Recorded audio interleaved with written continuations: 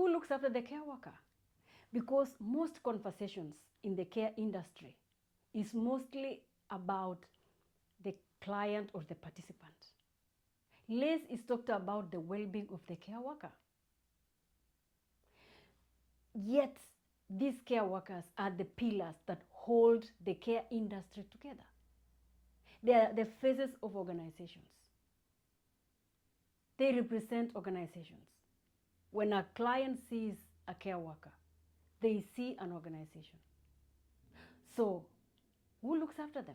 Welcome to the last episode of our 3-part series, The Hidden Risks in Care. Hi and welcome to another episode of Inspire with Chebo. My name is Caroline.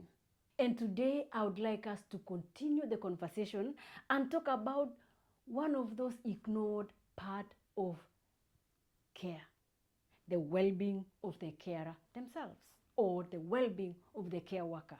Now, care workers care for others so much such that people forget that they are also human beings themselves, deserving of support. And difficult workplace situations can have a lasting impact on the well-being of a care worker if care is not taken to look after them. When workers experience conflict, difficult situations at work, emotional manipulations, and lack of support from the organizations, these things affect care workers' well-being deeply. Some care workers may experience increased anxiety. They may feel burnt out. They may have emotional exhaustion. Some of them fear making mistakes. And that fear of making mistakes make them to even make more mistakes. And some of them develop low self-esteem and lack of confidence. I have encountered this myself in my practice too. At times, when we go through difficult situations, we doubt ourselves. We ask ourselves questions as care workers. Am I even in the right industry? Am I even qualified for the job? Yet you know deeply in you, you've provided the work to the best of your ability. Without support, we develop doubts in ourselves. That is why positive work culture is very important to the well-being of a worker and a care worker for that matter. Workers need supervision. They need emotional support. They need debriefing opportunities when they go through difficult situations. Workers need psychologically safe working environments, because protecting the worker well-being is not separate from providing quality care. It is part of it.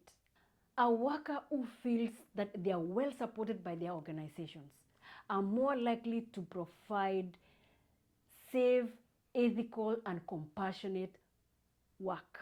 Truth about care work is this: care work is the most important type of support that we give to our most vulnerable people in the community. But behind that support are men and women who turn up every day. They are men and women who balance compassion. Men and women who balance responsibility.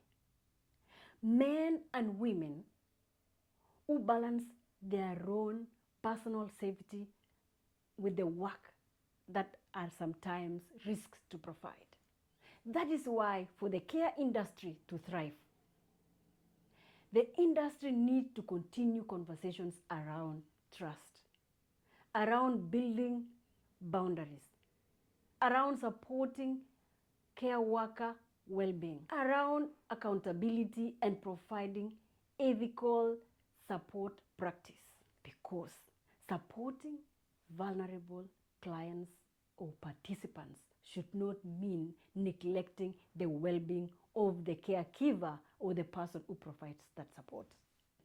Thank you so much for listening.